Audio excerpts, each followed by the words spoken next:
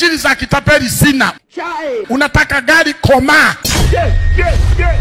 Fanya biashara, uwe na discipline, fanya mambo. Hakuna haja kutapeliana hapa. Wewe ni buri wewe. Yaani nianze kukudanganya mtu mzima na miguu yako miwili ka boda boda. What? Miguu yako miwili ka boda boda. Alafu nikwambie eti utapokea magari. Yes. Kutoka wapi? Alafu kabla hujapokea magari nakwambia leta hela hapa. Leta sio. Sasa anayepokea hapo ni wewe au mimi? Yaani injili tuanze kudanganyana watu wazima namna hii. Kwamba usifanye kazi, usubirie kuna miujiza. Umekaa tu hapo kwenye sofa, baba, shusha baraka zako. Shusha. Yes. Jinga kabisa wewe.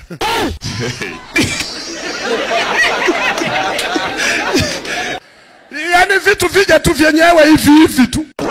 Kama mwingine anageuka kuwa pepo, anaombea watu wapoteze hela. Anaangalia chini ya Mungu anaweza kudongo. Watu wapoteze hela uokote wewe. Si namna hiyo. I say, ukija kwenye semina za Mgogo, hiyo miujiza ya ajabu haipo. Mimi nakwambia ukafanye kazi. Nitaombea kazi zako. Nakwambia upuzi ambao uko Kenya ni mwingi sana. Yaani napofika kwenye maombi, kipengele cha maombi, naomba Mungu abariki kazi ya mikono yako. Ukisukuma chapati zipate wateja, ukipika mandazi yapate wateja, ukizungusha samaki zinunuliwe, ukizungusha ndizi zinunuliwe, ukizunguka na michicha huko watu wachukue. Niombe kazi ya mikono yako. Exactly. Hatuombeagi wavivu. Ndio. Wavivu ni kero. Mimi nawaambiaga watu ukweli, na wakati mwingine watu wananichukia kwa sababu nasema ukweli. Chapa kazi. Allah. Haya mambo ya kwenda jimu upate six pack, sijui uwe na misuli, sijui unyoe wadada wazuri utaishia kuwaita shemeji. Kwa sababu nilikwambia mabinti hawajawahi kupenda mtu. Wanapenda material ambayo yamemzunguka huyo mtu. Okay. Now your head correct. Kuna wanaume tuna sura mbaya lakini tumeoa warembo. Hawa hawaangalii nani. Paka unajiuliza huyu jamaa alioa kamrembo haka. Hivi aliroga, alifanyaje? No, kamama kaliangalia material. Kamama kakajua huyu njia ya kwenda choni haitaota majani. Huyu yani hata yuko vizuri nitakula, kwani sura yake nitakuwa nambeba mgongoni. Mungu kabla hajamletea Adamu Eva bustani kwanza.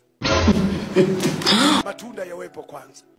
Kuna wakati Mungu anataka kuleteka mwanamke, anajiuliza, nikikaleta pale kana kuja kuteseka, katakula nini?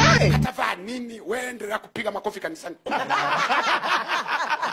Kiona unaishi na kamama hakaombi, hakataki kanisa, unaishi na kasineki. Hiyo ndoa haiwezi kusimama.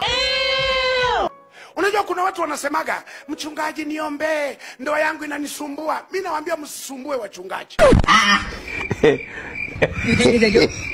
Sasa kama we ni family ya shetani, unataka sisi tukusaidie, tuvunje nguvu za giza, wakati nguvu za giza ni familia yetu.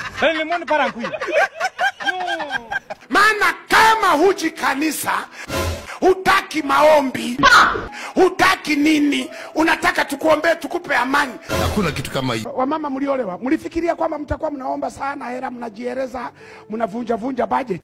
Ulijua atakupa hela bila kuomba. Au wanaume wa kukupa hela bila kuomba walikufa. Jesus! Walishakufa mama. Wamebaki wa movie za Nigeria. Hao wa kukupa hela bila kuomba, utawatafuta kwa darubini, uwasearch laboratory. Lakini sisi tuliopo ambao ndio Mungu amewapa, Mutajiereza. Hatukitaka pesa ya nyama. Ya kuuliza swali, nyama ya nini? Ya ng'ombe au ya mbuzi? Nani ya ng'ombe kilo ngapi? Nusu ya mifupa fresh. Nani na nyanya kubwa ndogo. Nyanya msuma, nyanya ngani? Unafanya vitunguu vikubwa vidogo. Utaeleza. Una present budget, utafikiri unasoma budget bungeni. Hata kama kanabaki change yangu. Hao ndio viumbe mnaishi nao. Kuna wamama hawaishi na wanaume. Wanaishi na marehemu anayetembea. Ni marehemu kabisa alishakufa. Hawazi chochote. Look at this. Ndio nyie wamama mkienda kwenye misiba unaanza kulia. Sio yule aliyekufa, unalia huyu aliye hai. Yani unamwambia Mungu, unachukua watu wema, unachukua wenye akili, umeniachia hii.